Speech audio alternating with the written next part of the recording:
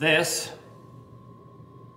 is the Shimano DX Pedal, and it, in my opinion at least, is the most important pedal, flat pedal, in mountain bike and BMX's history.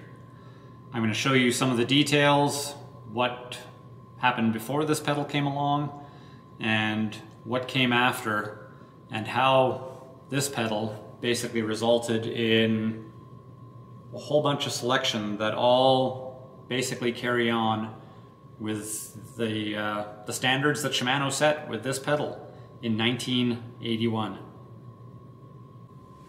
So BMX and mountain biking had basically been around since the mid-70s in some sort of capacity. Until 1981, what we saw for pedals, in the BMX world at least, was rat traps or bear traps, and they were, to put it frankly, they were pretty terrible pedals. Like if you're a product designer in 1980 or 1981, how do you come up with this when this is what you're seeing as a normal pedal? Like, I'm just blown away by how imaginative and creative those guys were to basically just go from garbage to an amazing pedal in one era of design. Like, it wasn't like this thing evolved over years and years and years. It just happened, and it was amazing. Wow. In the mountain bike world, they had already started to go down the road of using toe clips. I mean, mountain bikers, they were just going to lose their way coming pretty soon. They would first move on to using toe clips, then SPDs, then it would take all the way until, what, like 10 years ago when flat pedals became a thing for mountain bikes? So they just went down a different road. So this, at that time, wasn't that big of a deal. We only started to see this actually showing its importance in the mountain bike world probably in the neighborhood of a dozen years ago, when flat pedals started to become a really popular option for actual mountain bikers as opposed to BMXers who were trying mountain biking. It wasn't that mountain bikers were using Shimano DX pedals, it's that they started to use all of the other pedals that took their design inspiration from the Shimano DX pedal.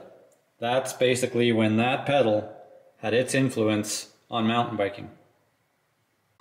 Before that time, we basically had this long period. This was invented or came onto the market in 1981.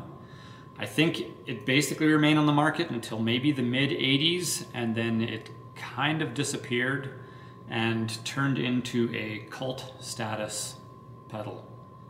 By that I mean that by the mid-90s, people like Matt Hoffman were apparently paying basically whatever anybody would ask to get himself another pair of these amazing pedals, because nobody had caught on to the fact that this had all the ingredients of something that was a really amazing sort of traction, toughness, all built into one pedal.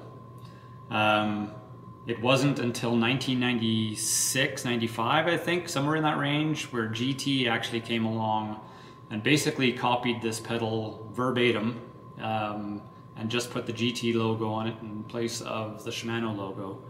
But it wasn't until then that something modern came along that was going to be every bit as good as this original Shimano DX pedal. Since then, in the late 90s, a few more pedals came along, and now we see, now that flat pedals are such a huge deal, we're seeing piles of different options that are basically offering us a modernized version of this, the original Shimano DX pedal. So to understand what all these pedals have in common is basically to look at this guy here, the original Shimano DX, in detail to see what it was that made it such a standout and why so many of its features are seen on all of these pedals now. So we'll show you some of these details, and then I'm going to do a separate video that's going to talk about our favorite pedals in the shop, but they all pay some sort of homage to this guy here, the original Shimano DX pedal. So here we have the original Shimano DX pedal. The magic with this guy, an aluminum alloy forged body, tremolly spindle for strength. But the big thing here is they were doing this sort of parallelogram type of a shape, and then these steel pins that were pressed into the alloy body. Over the years, we saw a bunch of knockoffs of this pedal that didn't recognize the importance of the steel pins, and so they would just have a forged alloy pin.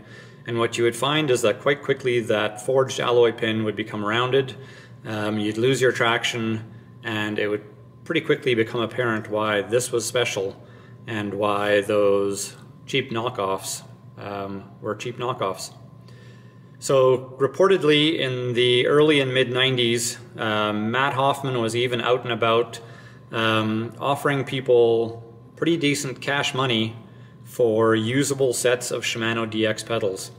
With these only being produced, as far as I can tell, from about 1981 to maybe 1985. That was a lot of old stock that he had to work his way through until finally we saw modern pedals coming along that were going to basically be able to outperform this, the original Shimano DX.